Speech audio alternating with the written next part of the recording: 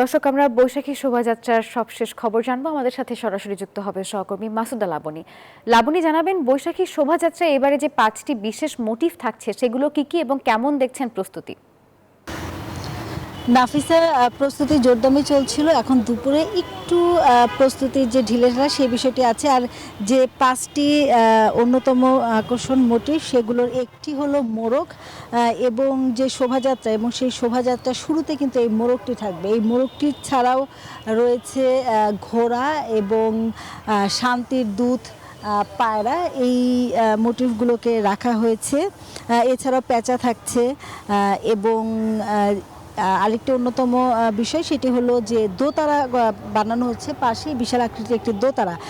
সাম্প্রতিক সময়ে যে বাউল শিল্পীদের উপর হামলা হয়েছিল সেটির বিষয় আসলে নীরব শৈল্পিক প্রতিবাদের অংশ হিসেবেই এই দোতারাটি রাখা হচ্ছে। এবং শান্তির যে পায়রা, সেই পায়রাটি প্রতিবার থাকে, এইবারও থাকছে। এবং এবারের শোভাযাত্রাটি যেহেতু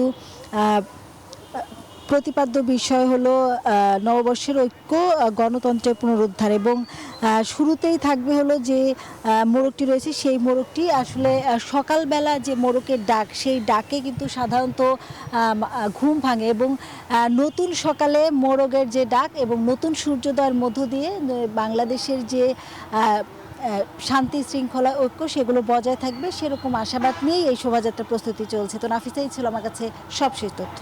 লাবণী, ধন্যবাদ আপনাকে।